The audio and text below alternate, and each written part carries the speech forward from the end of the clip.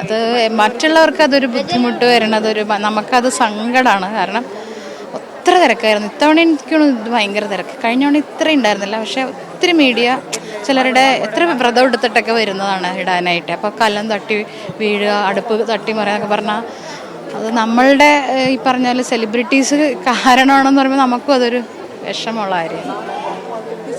വലിയ തോതിൽ ഇപ്പം എല്ലാ വർഷവും ചേച്ചി പൊങ്കാല അർപ്പിക്കുന്നതാണ്. ഈ വർഷം എന്താണ് നിയോഗമായിട്ട് അമ്മയ്ക്ക് ഈ പൊങ്കാല?